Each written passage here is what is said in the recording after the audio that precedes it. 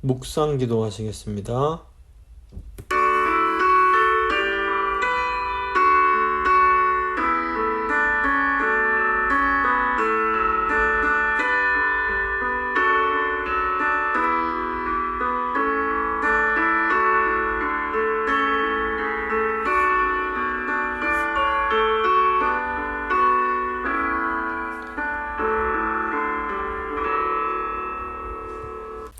사도신경 고백합니다.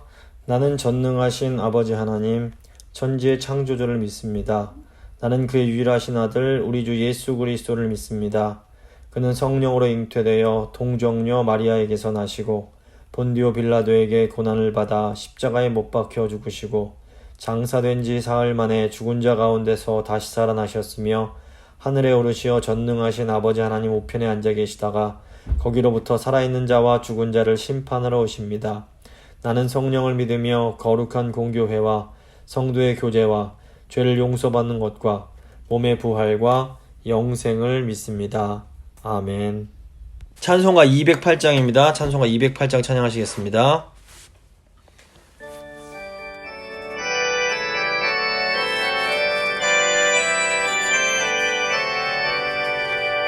내 주의 나라와 주 계신 성전과 피 흘려 사신 교회를 늘 사랑합니다. 내 주의 교회는 전성과 같아서 눈동자같이 아끼사 늘 보호하시네. 이 교회 위하여 눈물과 기도로 내 생명 다하기까지 늘 봉사합니다. 성도의 교제와 교회의 위로와 구주와 맺은 언약을 늘 기뻐합니다. 하늘의 영광과 베푸신 은혜가 진리와 함께 영원히 시온에 넘치네. 아멘. 기도하시겠습니다. 참 좋으신 하나님 너무 감사합니다. 오늘도 변함없이 저를 하나님 말씀 앞에 세워주셔서 너무너무 감사합니다. 하나님 오늘은 히스기야 왕을 통해서 하나님께서 하나님의 백성들을 얼마나 사랑하시는지 얼마나 회복하기 원하시는지 다시 한번 살펴보려고 합니다. 주님, 이 말씀을 들으시는 성도님들 한 분 한 분 마음 가운데 하나님 역사하셔서 이 말씀 통해서 저의 모습을 보게 하시고 또한 새로운 소망을 발견하는 그런 복된 시간이 될 수 있도록 주여 역사하여 주시옵소서. 이 시간 말씀 시작하는 시간이 오니 마치는 시간까지 주께서 역사해 주시기를 간절히 소망합니다. 모든 것 주님께 맡겨드리며 귀하신 주 예수 그리스도의 이름으로 기도합니다. 아멘. 오늘 주님 말씀은 역대하 29장 1절부터 2절까지의 말씀입니다. 역대하 29장 1절과 2절 말씀 제가 봉독해 드립니다. 히스기야가 왕위에 오를 때에 나이가 25세라 예루살렘에서 29년 동안 다스리니라. 그의 어머니의 이름은 아비야요 스가랴의 딸이더라. 히스기야가 그의 조상 다윗의 모든 행실과 같이 여호와 보시기에 정직하게 행하여. 아멘.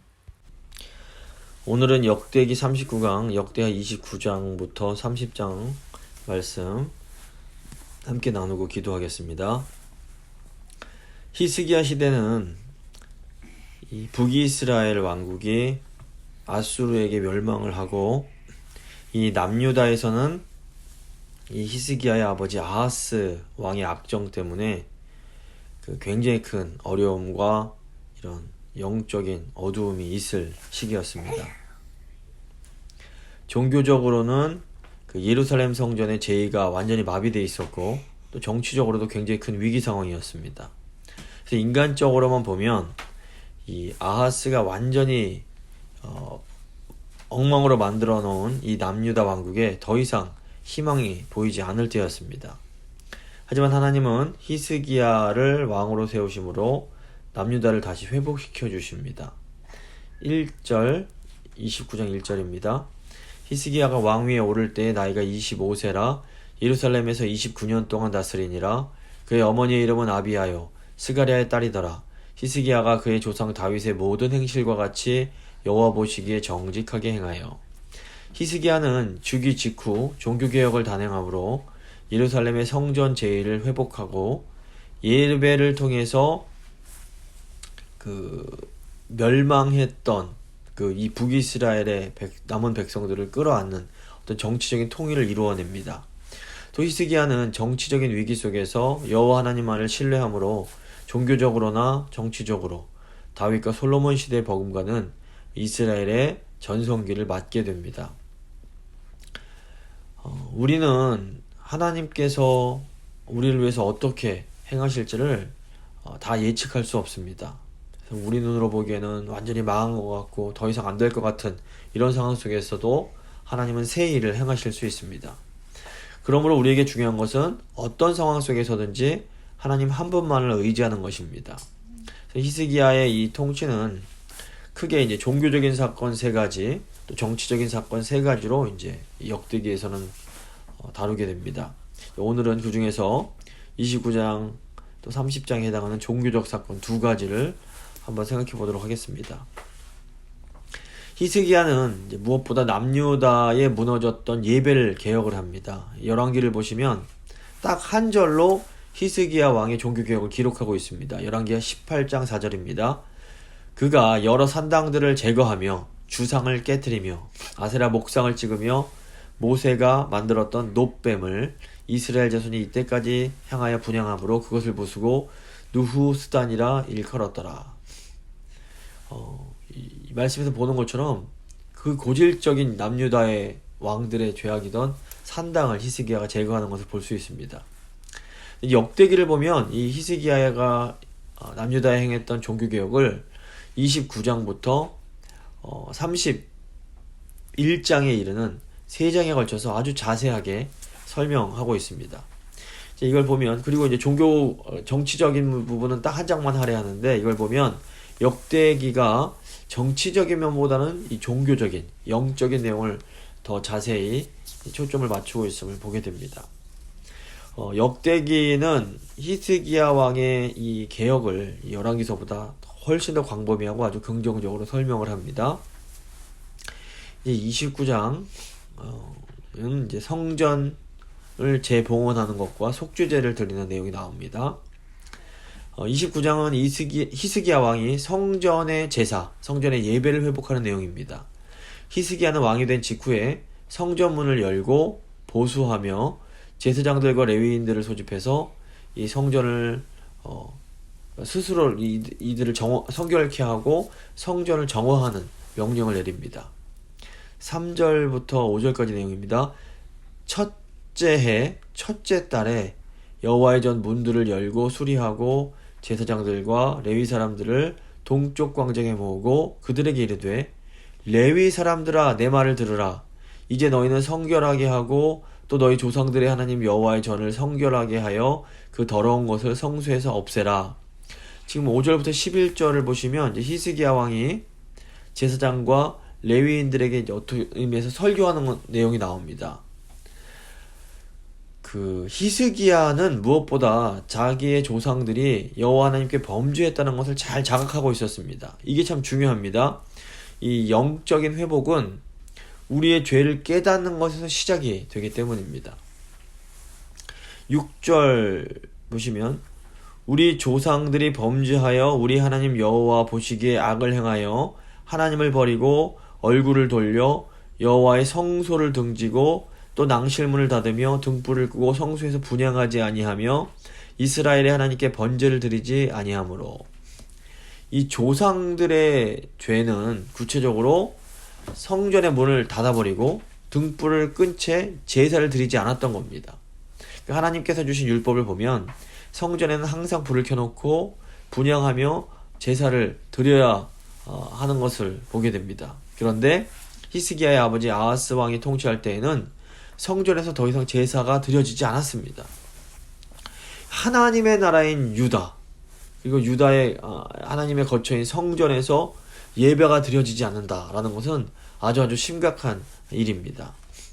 8절 보시면 여호와께서 유다와 예루살렘에 진노하시고 내버리사 두려움과 놀람과 비웃음거리가 되게 하신 것을 너희가 똑똑히 보는 바라. 이로 말미암아 우리의 조상들이 칼에 엎드러지며 우리의 자녀와 아내들이 사로잡혔느니라.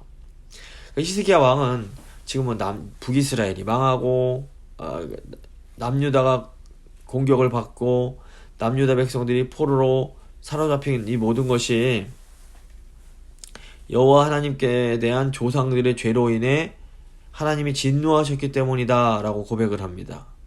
그러니까 우상을 섬길 때에 하나님이 진노하시는 것은 너무 당연합니다. 남편이 아내가 다른 남자와 바람난 것을 보면서 화를 내지 않는다면 그건 진정한 사랑이라고 볼 수 없습니다. 그래서 하나님께서 자기 백성을 향해서 질투하시며 진노하시는 것은 하나님께서 이스라엘의 그 남편이시기 때문입니다. 그러니까 진노하신 이 하나님에 대한 해결책이 무엇입니까? 그 아내인 이스라엘이 회개하고 남편이신 여호와 하나님께로 돌아와서 다시 그 관계인 언약을 새롭게 하는 것밖에 없습니다. 그래서 하나님과의 이 관계, 깨어져 버린 관계를 회복하는 것만이 이 유다가 회복될 수 있는 유일한 방법이었습니다. 그래서 히스기야 왕은 언약을 갱신하여 이 하나님과의 관계를 다시 회복하고자 합니다. 10절과 11절입니다. 이제 이스라엘의 하나님 여호와와 더불어 언약을 세워 그 맹렬한 노를 우리에게 떠나게 할 마음이 내게 있노니 내 아들들아 이제는 게으르지 말라. 여호와께서 이미 너희를 택하사 그 앞에 서서 수종들어 그를 섬기며 분향하게 하셨느니라. 이 5절을 보시면 히스기야가 먼저 처음 이 말을 할 때 제사장들도 같이 있었지만 레위 사람들아 내 말을 들으라 이러면서 시작을 합니다. 그래서 그 히스기야 왕은 이 레위인들이 하나님께서 특별히 선택한 사람들이라는 것을 강조하면서 레위인들이 이제 주도적으로 성결과 성전 정화를 할 것을 명령을 합니다. 여기서 좀 특별한 점은 이제 제사장들뿐 아니라 레위인들도 하나님 앞에 서서 수종하고 섬기며 분향하도록 선택되었다라고 이 말씀을 굉장히 강조하고 있는 겁니다. 신명기 18장 5절을 보시면 레위인들도 여호와의 이름으로 하나님 앞에서 섬기는 자들이라는 것을 분명히 가르칩니다. 그런데 이제 민수기 8장이나 18장을 보시면 이 레위인들의 역할이 제사장들을 수종드는 자 이렇게 이제 언급이 됩니다. 그래서 이스라엘 역사를 쭉 보면 제사장들이 레위인들을 아랫사람 취급하면서 차별을 하고 이로 인해서 제사장들과 레위인들 사이에 어떤 갈등이 존재해 왔던 것으로 보입니다. 그래서 이제 레위인들이 특별히 이제 성전이 이제 제대로 돌아가지 않을 때에는 할 일이 없어지고 이렇게 어떻게 보면 굉장히 태만하게 지낼 수밖에 없었던 상황인 겁니다. 이런 상황 속에서 히스기야는 제사장들과 레위인들이 하나님의 일꾼으로서 동등하다는 것을 강조하면서 레위인들도 하나님을 섬기기 위해 선택받은 자들이다 이것을 강조하며 열심히 주를 위해 일할 것을 이렇게 격려하고 촉구하는 것입니다. 그래서 히스기야는 어떻게 보면 하나님 앞에서 자기가 무엇을 해야 할지 자기의 그런 사명을 망각한 이 하나님 사람들에게 다시 한번 사명을 재확인시켜줌으로써 주님을 위해 일할 수 있도록 이렇게 격려하는 것을 보게 됩니다. 12절부터 15절입니다. 이에 레위 사람들이 일어나니 곧 그핫의 자손 중 아마스의 아들 마핫과 아살의 아들 요엘과 무라리의 자손 중 압디의 아들 기스와 여할렐렐의 아들 아사랴와 게르손 사람 중 심마의 아들 요아와 요아의 아들 에덴과 엘리사반의 자손 중 시므리와 여우엘과 아삽의 자손 중 스가랴와 마따디아와 헤만의 자손 중 여후엘과 시므이와 여두둔의 자손 중 스마야와 우시엘이라. 그들이 그들의 형제들을 모아 성결하게 하고 들어가서 왕이 여호와의 말씀대로 명령한 것을 따라 여호와의 전을 깨끗하게 할세.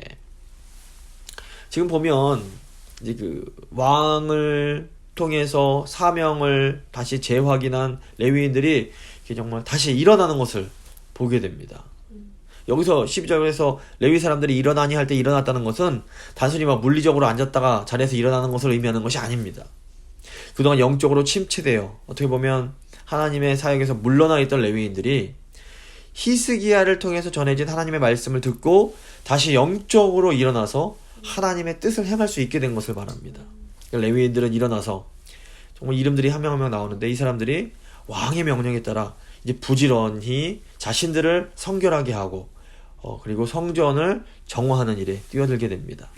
16절을 보시면 제사장들도 여호와의 전 안에 들어가서 깨끗하게 하여 여호와의 전에 있는 모든 더러운 것을 끌어내어 여호와의 전 뜰의 이름에 레위 사람들이 받아 바깥 기드론 시내로 가져갔더라.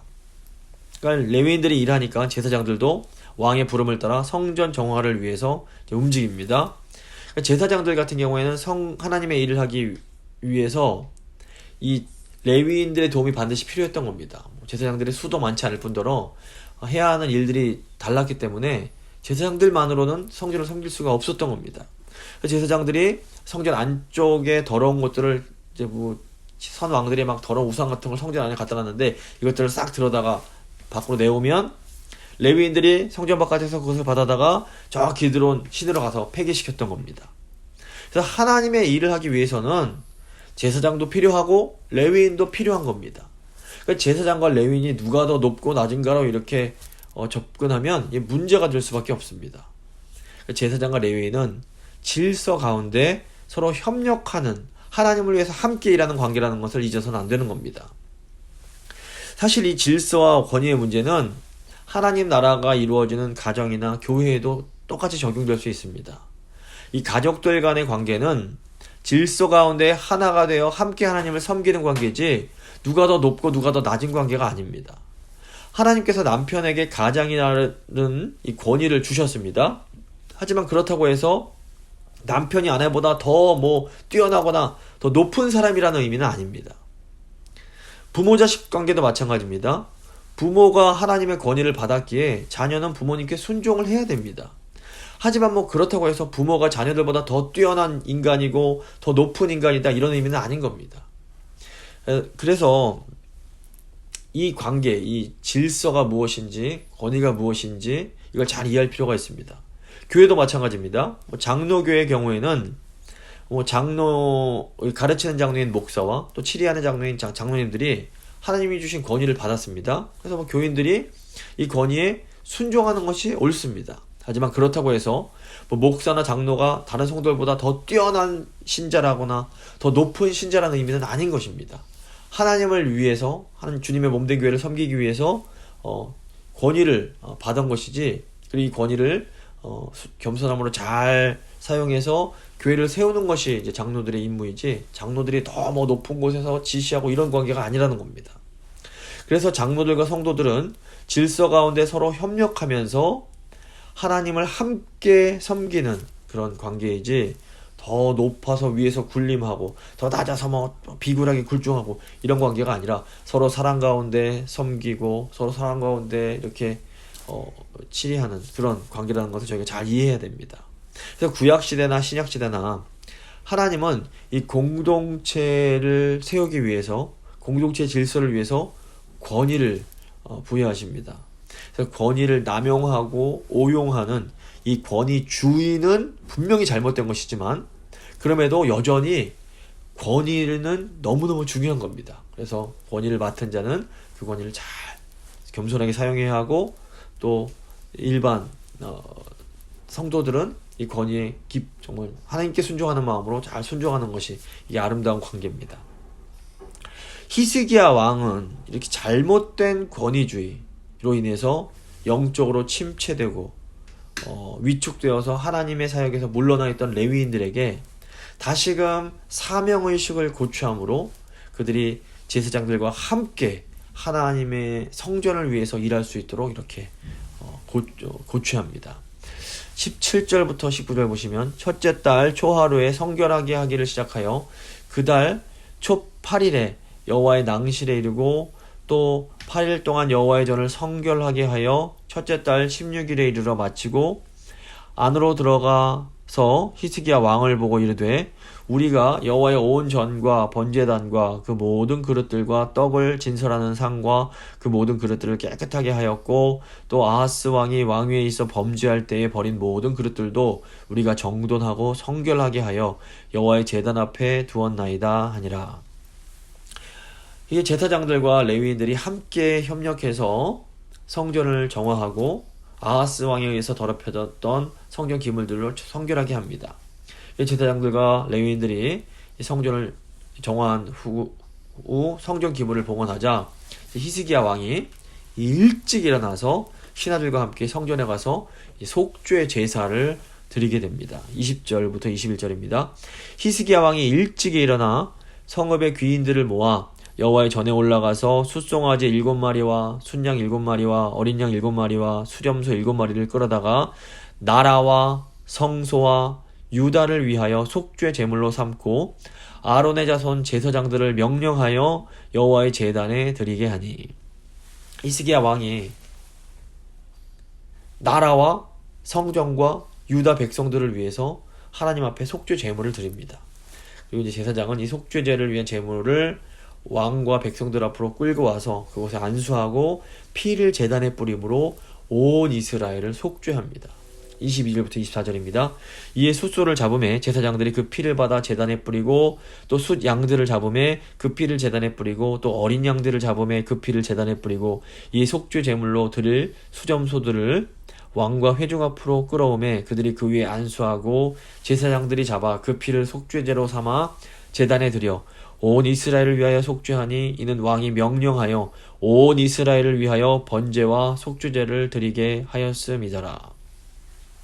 히스기야 왕은 여호와 하나님과의 그런 관계, 깨어져 버린 언약 관계를 갱신하는 것이 그 온 이스라엘이 회복될 수 있는 유일한 방법이라는 것을 알았습니다.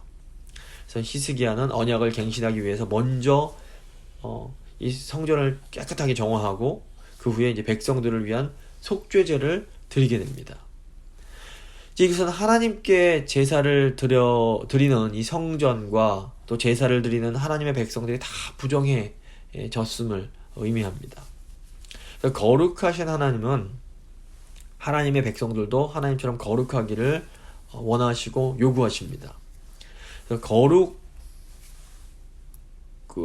거룩한 하나님의 백성이 이 거룩이라는 것은 이 하나님의 백성들이 성전에서 하나님께 온전한 제사를 드릴 때 가능해집니다.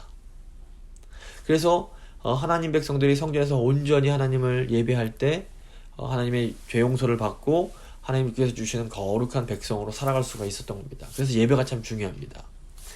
신약에서 예수님께서 이 땅에 오신 것이 바로 이것을 위해서였습니다. 예수님은 이 땅에 참된 성전으로 오셔서 유일한 대제사장으로서 또 자신을 속죄 제물로 하나님께 드리십니다.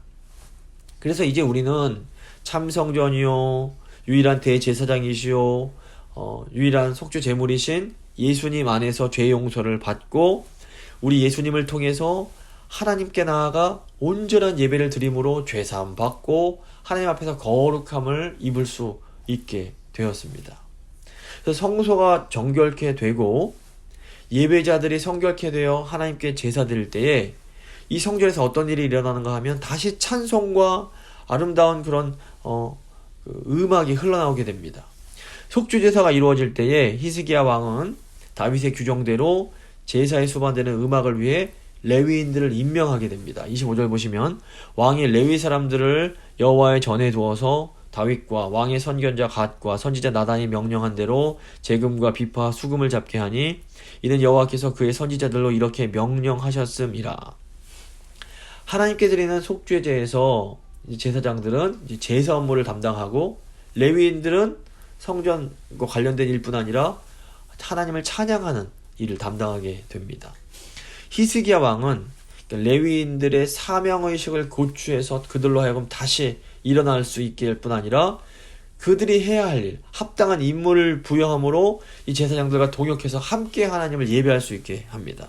26절부터 30절 보시면 레위 사람은 다윗의 악기를 잡고 제사장은 나팔을 잡고 섬에 히스기야가 명령하여 번제를 제단에 드릴새 번제 드리기를 시작하는 동시에 여호와의 시로 노래하고 나팔을 불며 이스라엘 왕 다윗의 악기를 울리고 온 회중이 경배하며 노래하는 자들은 노래하고 나팔 부는 자들은 나팔을 불어 번제를 마치기까지 이르니라. 제사 드리기를 마침에 왕과 그와 함께 있는 자들이 다 엎드려 경배하니라. 히스기야 왕이 귀인들과 더불어 레위 사람을 명령하여 다윗과 선견자 아삽의 시로 여호와를 찬송하게 하며 그들이 즐거움으로 찬송하고 몸을 굽혀 예배하니라. 시편을 보면 형제가 연합하여 동거하는 것이 참 아름답다라고 이렇게 고백하는데, 이 하나님께 제사가 드려질 때에 제사장들과 레위인들이 함께 하나님을 찬양하고 온 백성들이 함께 하나님을 즐겁게 찬양하게 됩니다. 그리고 제사를 마친 히스기야 왕과 백성은 그 하나님께 경배하고 그 후에 이제 성결케 된 백성들을 이제 이 하나님을 감사하는 감사 제사에 초대를 합니다. 31절 보시면 이 히스기야가 말하여 이르되 너희가 이제 스스로 몸을 깨끗하게 하여 여호와께 드렸으니 마땅히 나와 제물과 감사 제물을 여호와의 전으로 가져오라 하니 회중이 제물과 감사 제물을 가져오므로 물은 마음에 원하는 자는 또한 번제물도 가져오니 회중이 가져온 번제물의 수요는 숫소가 70마리요 순양이 100마리요 어린 양이 200마리이니 이는 다 여호와께 번제물로 드리는 것이며 또 구별하여 드린 소가 600마리요 양이 3000마리라. 그러니까 유다 백성들이 그동안 하나님께 감사하지 못했던 것은 하나님께 감사할 마음이 없었던 것이 아닙니다. 하나님께 감사할 수 있는 상황이 주어지지 않았기 때문이었습니다. 하나님께 감사할 수 있는 상황이 주어지니까 백성들이 기쁨으로 하나님께 감사의 제물, 이런 또 번제물을 가져오게 됩니다. 이 남유다의 회중들이 드린 번제물이 너무 많아서 이 제사장들의 그 손으로는 번제를 다 드릴 수 없는 그런 상황에 이제 이르게 됩니다. 34절부터 35절 보시면 그런데 제사장이 부족하여 모든 번제 짐승들의 가죽을 능히 벗기지 못하는 고로 그의 형제 레위 사람들이 그 일을 마치기까지 돕고 다른 제사장들이 성결하게 하기까지 기다렸으니 이는 레위 사람들의 성결하게 함이 제사장들보다 성심이 있었습니다. 번제와 화목제의 기름과 각 번제에 속한 전제들이 많더라. 이와 같이 여호와의 전에서 섬기는 일이 순서대로 갖추어지니라. 백성들의 번제를 드리기 위해서 제사장들만으로 부족했기 때문에 레위인들의 도움이 필요했습니다. 레위인들은 이미 왕의 명령에 따라서 적극적으로 자신들을 성결하게 했기 때문에 이제 제사장들과 함께 제사 업무를 담당할 수가 있었습니다. 그래서 레위인들은 번제물의 도사를 맡음으로 제사장들이 하나님께 제사 드릴 수 있도록 옆에서 잘 도왔습니다. 제사장들에게 한정되어 있던 이 제사 업무에 지금 이제 레위인들이 참여하게 된 것은 특별한 상황에 따른 임시 조치였습니다. 하지만 보면 레위인들이 제사장들보다 성결에 더 열심히 있었던 것을 볼 수 있습니다. 36절 보시면 이 일이 갑자기 되었으나 하나님께서 백성을 위하여 예비하셨으므로 히스기야가 백성과 더불어 기뻐하였더라. 결국 레위인들의 적극적인 섬김을 통해서 성전의 제의가 회복이 됩니다. 이 모든 것은 역대기는 하나님께서 백성을 위해서 예비하신 일이었다라고 말을 합니다. 여기에 이제 믿음의 사람 히스기야 왕이 아주 중요한 역할을 합니다. 그러니까 히스기야는 하나님의 나라의 지도자가 어떻게 행해야 할지를 잘 보여줍니다. 히스기야는 레위인들에게 사명을 재확인해서 이렇게 그들을 격려해 주었을 뿐 아니라 구체적으로 무엇을 해야 할지 감당한 임무를 줌으로써 레위인들이 제사장들과 함께 적극적으로 하나님 나라의 사명을 감당할 수 있게 해줍니다. 그래서 영적인 지도자는 성도들의 사명을 재확인시켜주고 또 성도들이 하나님 나라를 위해서 열심히 일할 수 있도록 이렇게 격려해줄 필요가 있습니다. 이제 30장 보시면 온 이스라엘이 유월절 예배를 하나님께 드리는 내용이 나옵니다. 히스기야 왕은 유월절 절기를 회복을 시킵니다. 유월절은 하나님께서 이스라엘을 구원해 주신 것을 기념하는 절기로 하나님의 은혜를 기억하는 아주 중요한 절기였습니다. 하지만 남유다에서 성전 제사가 이렇게 정지가 되면서 유월절도 지켜지지 않고 있었습니다. 성전이 재복원되고 백성들이 성결케 되고 성전 제의가 회복되자 히스기야 왕은 온 이스라엘과 함께 이렇게 이 유월절 제사를 지니고자 이 북이스라엘에 편지를 보내서 우리가 함께 모여서 예루살렘에서 유월절을 지키자 이렇게 제안을 하게 됩니다. 1절 보시면 30장 1절입니다. 히스기야가 온 이스라엘과 유다에 사람을 보내고 또 에브라임과 므낫세에 편지를 보내어 예루살렘 여호와의 전에 와서 이스라엘 하나님 여호와를 위하여 유월절을 지키라 하니라. 북이스라엘은 히스기야의 아버지인 아하스 왕 때에 이제 아수르 제국에 의해서 멸망을 당하게 됩니다. 근데 이제 히스기야 왕은 처음부터 이 멸망당한 북쪽 땅에 살고 있는 형제인 북이스라엘 백성들과 함께 유월절을 이제 지내려고 계획을 합니다. 이것은 히스기야가 남유다뿐 아니라 북이스라엘 포함한 온 이스라엘이 하나가 되어 하나님을 섬기기를 원했음을 의미합니다. 2절부터 3절입니다. 왕이 방백들과 예루살렘 온 회중과 더불어 의논하고 둘째 달에 유월절을 지키려 하였으니 이는 성결하게 한 제사장들이 부족하고 백성도 예루살렘에 모이지 못하였으므로 그 정한 때에 지킬 수 없었음이라. 왕과 온 회중이 이 일을 좋게 여기고.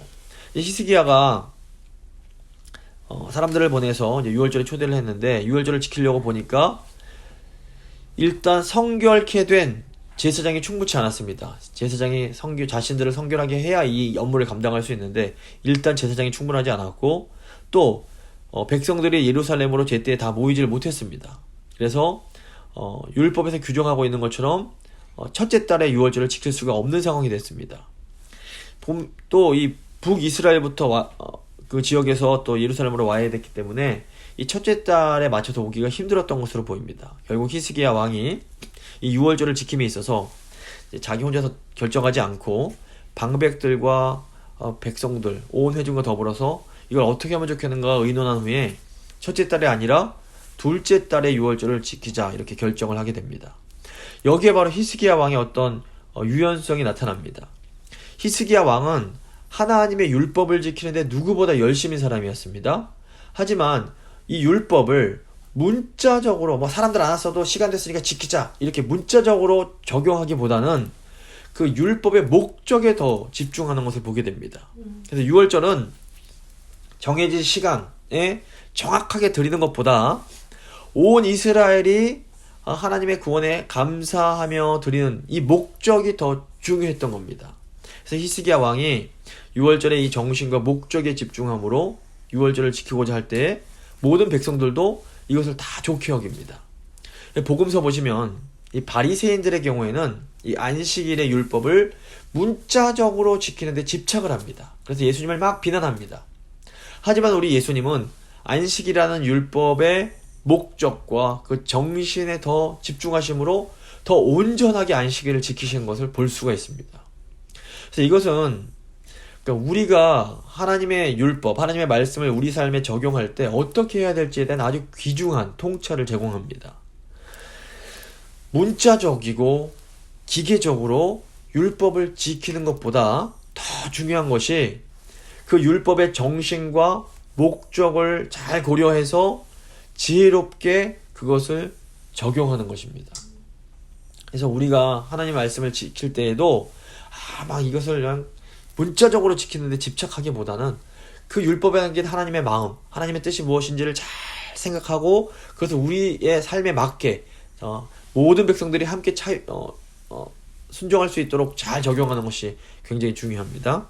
5절 보시면 드디어 왕이 명령을 내려 브엘사바에서부터 단까지 온 이스라엘에 공포하여 일제히 예루살렘으로 와서 이스라엘 하나님 여호와의 유월절을 지키라 하니 이는 기록한 규례대로 오랫동안 지키지 못하였음이더라.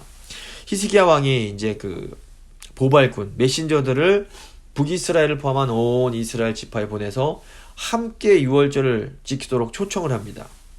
이 보발군들이 왕의 명령에 따라서 북쪽 지파인 에브라임, 므낫세, 스불론 땅에 가서 왕의 명령을 전하게 됩니다. 6절 보시면 보발꾼들이 왕과 병백들의 편지를 받아가지고 왕의 명령을 따라 온 이스라엘과 유다에 두루 다니며 전하니 일러스되 이스라엘 자손들아 너희는 아브라함과 이삭과 이스라엘의 하나님 여호와께로 돌아오라. 그리하면 그가 너희 남은 자 곧 아수르 왕의 손에서 벗어난 자에게로 돌아오시리라. 히스기야 왕은 북이스라엘 백성들에게도 하나님께로 돌아오라고, 그러면 하나님께서 다시 너희를 회복시키실 거라고 회개를 촉구합니다. 7절과 8절입니다. 너희 조상들과 너희 형제에 같이 하지 말라. 그들은 그의 조상들의 하나님 여호와께 범죄하였으므로 여호와께서 멸망하도록 버려두신 것을 너희가 똑똑히 보는 바니라.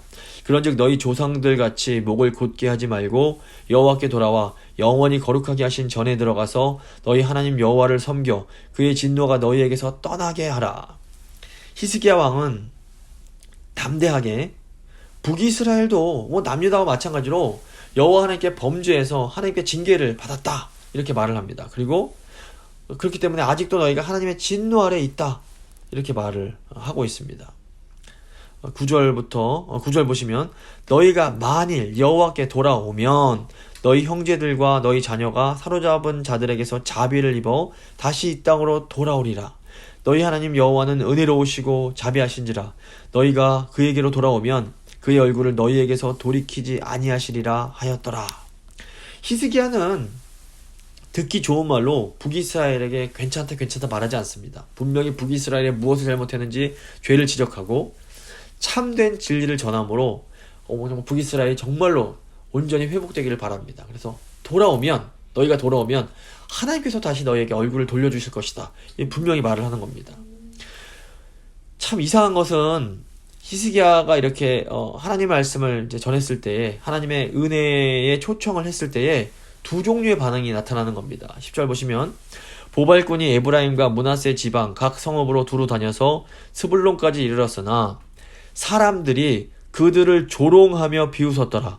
그러나 아셀과 므낫세와 스불론 중에서 몇 사람이 스스로 겸손한 마음으로 예루살렘에 이르렀고 하나님의 손이 또한 유다 사람들을 감동시키사 그들에게 왕과 방백들이 여호와의 말씀대로 전한 명령을 한 마음으로 준행하게 하셨더라. 그러니까 많은 북이스라엘 사람들이 너희가 정말로 회개하고 하나님께로 돌아가면 다시 회복될 것이다 라는 이 하나님 말씀을 듣고 이 말씀을 전한 자들을 비웃습니다. 하지만 이 비웃는 사람들 중에서도 아셀과 므낫세, 스불론 지역에서 일부의 사람들은 겸손한 마음으로 이 하나님의 은혜의 초청에 응답해서 예루살렘으로 내려갑니다. 또 이 말씀을 전해드린 유다 사람들 중에서도 하나님 말씀에 겸손하게 믿음으로 응답하는 사람들이 있었습니다. 이 성경과 이 교회의 역사를 쭉 보면 이 하나님의 진리가 선포되고 하나님의 말씀이 전해질 때에 항상 이런 두 종류의 반응이 나타납니다. 진리의 말씀이 선포될 때 어떤 사람들은 그 진리를 전하는 자를 조롱하고 핍박합니다. 하지만 그 말씀이 전해질 때 환난과 어려움 가운데 있지만 믿음으로 그 하나님 말씀에 진실되게 반응하는 사람들이 항상 존재하는 겁니다. 13절을 보시면 둘째 달에 백성이 무교절을 지키려 하여 예루살렘에 많이 모이니 매우 큰 모임이라 무리가 일어나 예루살렘에 있는 제단과 향단들을 모두 제거하여 기드론 시내에 던지고 둘째 달 14째 날에 유월절 양을 잡으니 제사장과 레위 사람이 부끄러워하여 성결하게 하고 번제물을 가지고 여호와의 전에 이르러. 많은 사람들이 이제 믿음으로 반응해서 예루살렘으로 모여들게 됩니다. 근데 놀랍게도 이 사람들이 함께 일어나서 스스로 예루살렘에 있던 우상의 제단과 향단을 제거합니다. 그러니까 제사장과 레위인들이 성전 안과 밖에 있는 우상들은 제거를 했습니다. 하지만 아직 예루살렘 곳곳에는 이전 선왕들이 저질러놨던 우상의 그 숭배의 흔적들이 남아있었던 겁니다. 그런데 지금 하나님 말씀에 믿음으로 응답해서 예루살렘으로 온 사람들이 스스로 일어나서 이런 우상들을, 예루살렘에 남아있던 우상들을 다 곳곳에서 제거해버렸던 겁니다. 이들의 믿음의 모습에 제사장과 레위 사람들이 부끄러움을 느끼게 됩니다. 자, 이것이 어떻게 보면 하나님 나라의 진정한 부흥의 모습입니다. 하나님의 백성들이 하나님 말씀에 순종해서 예배드려 나와서 스스로 일어나서 삶의 곳곳에 놓여있던 우상들을 제거하는 이런 모습이 나타나는 것. 이것이 하나님께서 원하시는 진정한 참된 부흥의 모습인 겁니다. 16절입니다. 규례대로 각각 자기들의 처소에 서고 하나님의 사람 모세의 율법을 따라 제사장들이 레위 사람의 손에서 피를 받아 뿌리니라. 회중 가운데 많은 사람이 자신들을 성결하게 하지 못하였으므로 레위 사람들이 모든 부정한 사람을 위하여 유월절 양을 잡아 그들로 여호와 앞에서 성결하게 하였으나, 유월절 제사는 이 속죄 제사를 통해서 성결케 된 사람만이 드릴 자격이 있었습니다. 그런데 지금 유월절을 지키기 위해서 예루살렘에 모여든 많은 회중들 중에서 이 성결 의식을 행하지 못한 사람들이 있었습니다. 그래서 먼저 성결 의식을 행한 레위인들이 그 사람들을 위해서 여호와께 드릴 유월절을 잡아서 그들을 성결하게 하는 일을 이제 해준 겁니다. 그런데 그 이후에도 회중들 중에서 이렇게 성결하지 못한 상태로 유월절 양을 먹어서 결국 율법을 어기게 된 사람들이 이제 있었습니다. 이 사람들은 에브라임, 므낫세, 이사갈, 스불론, 즉 북이스라엘 쪽에서 그 지역에 사는 이제 사람들이었습니다. 그런데 이제 가만히 생각해 보면 이 사람들은 어떤 사람들인가 하면 히스기야를 통해서 전해진 하나님의 말씀을 듣고 나름 믿음으로 반응해서 유월절 제사에 참석하기 위해서 예루살렘으로 내려온 그런 믿음의 사람들이었습니다. 이런 사정을 잘 알고 있던 히스기야가 어떻게 합니까? 18절부터 19절, 20절 보시면 에브라임과 므낫세와 이사갈과 스불론의 많은 무리는 자기들을 깨끗하게 하지 아니하고 유월절 양을 먹어 기록한 규례를 어긴지라. 히스기야가 그들을 위하여 기도하여 이르되 선하신 여호와여 사하옵소서. 결심하고 하나님 곧 그의 조상들의 하나님 여호와를 구하는 사람은 누구든지 비록 성소의 결례대로 스스로 깨끗하게 못하였을지라도 사하옵소서 하였더니 여호와께서 히스기야의 기도를 들으시고 백성을 고치셨더라. 그러니까 히스기야는 성결법을 어긴 북이스라엘 사람들을 정죄하지 않고 도리어 그들의 실수와 부족함을 위해서 하나님께 기도를 드립니다. 하나님, 이들이 정말 하나님께 예배드리기 위해서 온 사람들입니다. 비록 부족함이 있고 성결의식 지내지 못했지만 하나님이 불쌍히 여기시고 이들을 깨끗게 해주시고 용서해 주십시오. 기도를 드렸던 겁니다. 그러자 하나님께서 정말로 히스기야의 기도를 들으시고 백성들을 고쳐주십니다. 그러니까 하나님은 너무너무 거룩한 분이셔서 우리가 더러운 상태로 하나님 앞에 나아가는 것을 허락지 않으십니다. 하나님은 우리의 죄를 간구하는 분이 아니십니다. 하지만 하나님은 무엇보다 우리의 마음의 중심을 가장 중요하게 여기시는 사랑의 하나님이십니다. 그래서 하나님은 이 북이스라엘 백성들이 믿음으로 예루살렘에 왔다는 것을 알고 계셨습니다. 그래서 히스기야 왕이 긍휼의 마음으로 그들의 실수를 용서해달라고 기도드릴 때에 기꺼이 그 기도를 들어주시고 그들을 용서하시고 그들을 고쳐주십니다. 그러니까 하나님의 은혜가 나타나는 부분입니다. 결국 예루살렘에 모여서 이렇게 유월절을 지키는 하나님의 백성들에게 큰 기쁨이 임하게 됩니다. 21절, 22절입니다. 예루살렘에 모인 이스라엘 자손이 크게 즐거워하며 7일 동안 무교절을 지켰고 레위 사람들과 제사장들은 날마다 여호와를 칭송하며 큰 소리나는 악기를 울려 여호와를 찬양하였으며 히스기야는 여호와를 섬기는 일에 능숙한 모든 레위 사람들을 위로하였더라. 이와 같이 절기 7일 동안에 무리가 먹으며 화목제를 드리고 그의 조상들의 하나님 여호와께 감사하였더라. 히스기야는 이 예배가 즐겁게 하나님 앞에 드려지는 가운데 열심히 하나님을 섬긴 레위인들을 위로하는 것을 잊지 않습니다. 히스기야는 레위인들의 사명을 고취시키고 그들에게 합당한 임무를 맡기고 또 그들이 사역을 열심히 감당했을 때 그 사역을 인정해주고 격려하는 참으로 훌륭한 지도력을 갖고 있었던 겁니다. 하나님 나라의 왕이 이렇게 지혜와 믿음으로 온 이스라엘 백성들과 함께 하나님을 예배할 때에 이 하나님의 성읍 예루살렘에 엄청나게 큰 기쁨이 임하게 됩니다. 23절 보시면 온 회중이 다시 7일을 지키기로 결의하고 이에 또 7일을 즐겁게 지켰더라.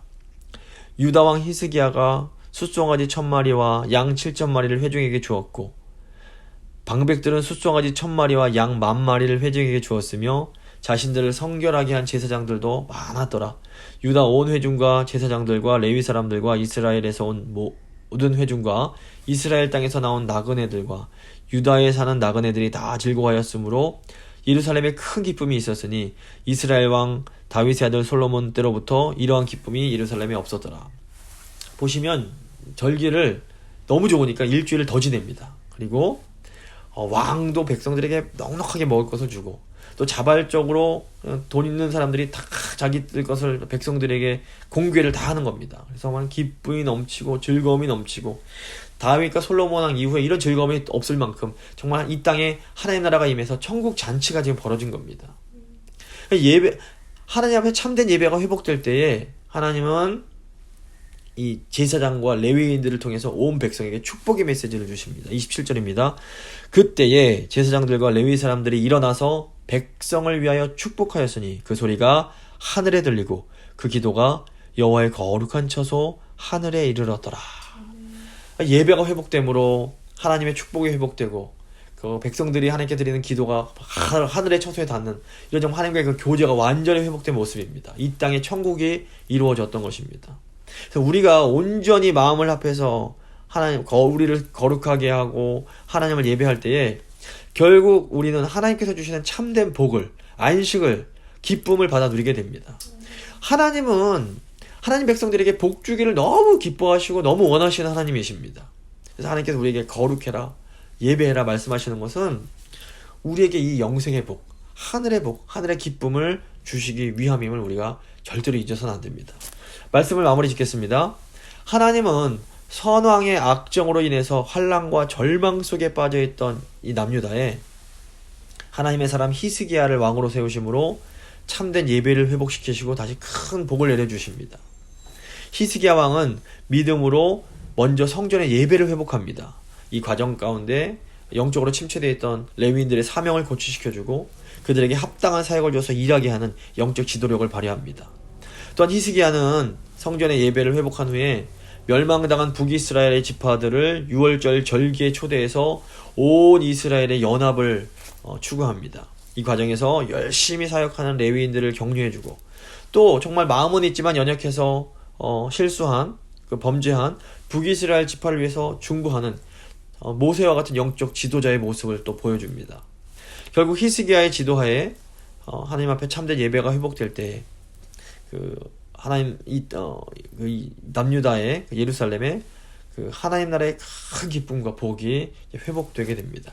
그래서 저희가 우리에게도, 우리 교회에도 히스기야의 마음과 지혜를 허락하셔서 우리 교회와 우리 가정이 다시 회복되고 부흥될 수 있게 해달라고 한번 간절한 마음으로 함께 기도하도록 하겠습니다.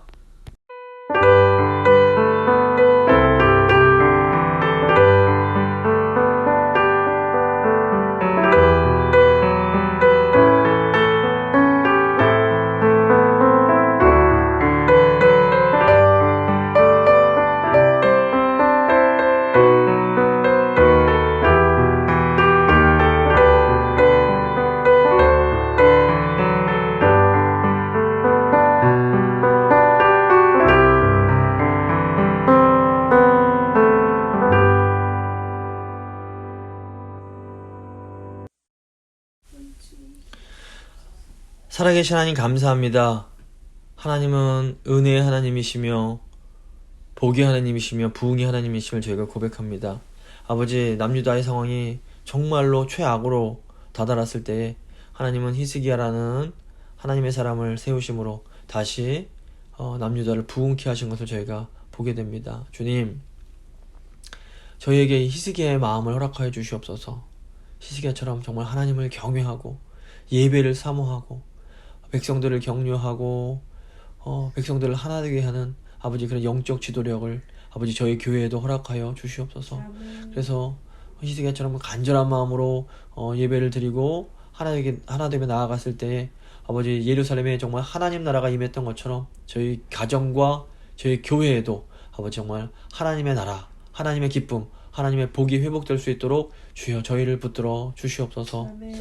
주님, 하나님이 저희를 얼마나 사랑하시는지 저희가 늘 잊지 않게 하시고 저희를 다시 흥왕케 하시는 그 하나님의 역사를 늘 기억하며 주님만 바라보고 나아갈 수 있도록 주여 은혜를 베풀어 주시옵소서. 아멘. 남은 한 주간도 주님 은혜 가운데 하나님께 감사하며 살게 하시고 아버지 저희 성도를 한 분 한 분 가운데 희스게 마음을 주셔서 부흥케 하는 은혜를 경험케 하여 주시옵소서. 아멘. 감사드리며 귀하신 우리 주 예수 그리스도의 이름으로 기도합니다. 아멘. 찬송가 170장입니다. 찬송가 170장 찬양하겠습니다.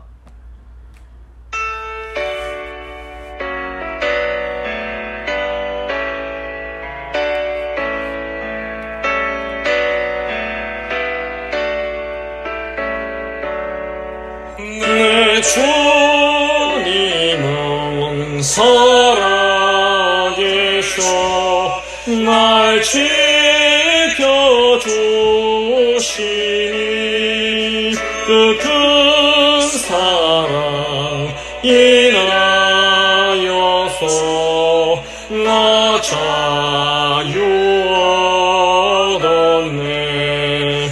나의 구원 되신 주님 내 소망 되신 주 항상 나와 함께 하셔 곧 다시 오시리.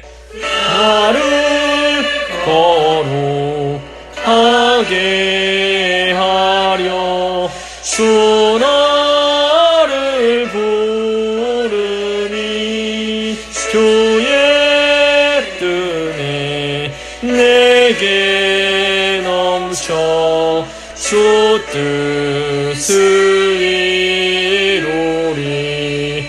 굳센 믿음 나 가지고 주 말씀 따르며 주님 다시 강림할 때 날 영접하시리.